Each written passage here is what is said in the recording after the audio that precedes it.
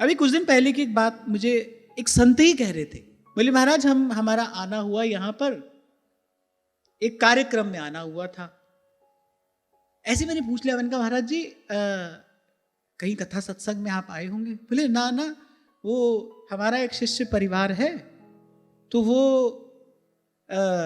अपने विवाह की 50वीं सालगिरह मना रहे थे।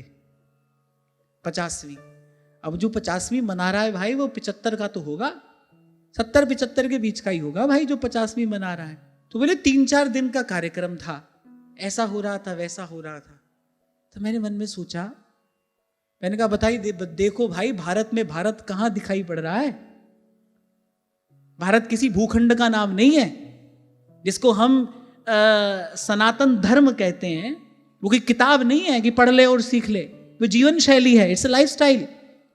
और भारत किसी भूखंड का नाम नहीं है, भारत तो एक जीवंत परंपरा है। तो मैंने सोचा, मैंने कहा देखो भाई, भारत में भारत ढूंढे नहीं मिल रहा, कैसी कैसी परंपराएं बनाते चले जा रहे हैं हम।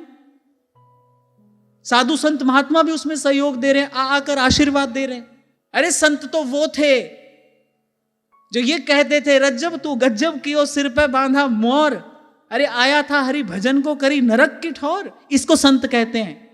सहजो तनिक सुहाग को तेने कहा गुथायो शीस, अरे जाना है रहना नहीं, मरना बिस्वा 20, ये संत थे। तभी तो व्यास जी कहते हैं, अब हम हूं से संत कहावें, माला तिलक स्वांग धर हरि को नाम बेच धन लावें। ऐसे कार्यक्रम में साधु संत हिस्सा बन रहे हैं, ये कितनी दुर्दशा है। अरे धिक्कारना चाहिए। हाँ, मैं यहां बिल्कुल सोच विचार कर ये बात कह रहा हूं। जो समय हाथ में माला पकड़ने का है, उस समय साधु संत आकर हाथ में जयमाला पकड़ा रहे हैं। जिस समय हाथ में जपमाला पकड़नी चाहिए, उस समय जयमाला पकड़ाई जा रही है। इसको तो कहते हैं जब समाज भ्रमित हो जाए, जो कर रहा है सब ठीक है।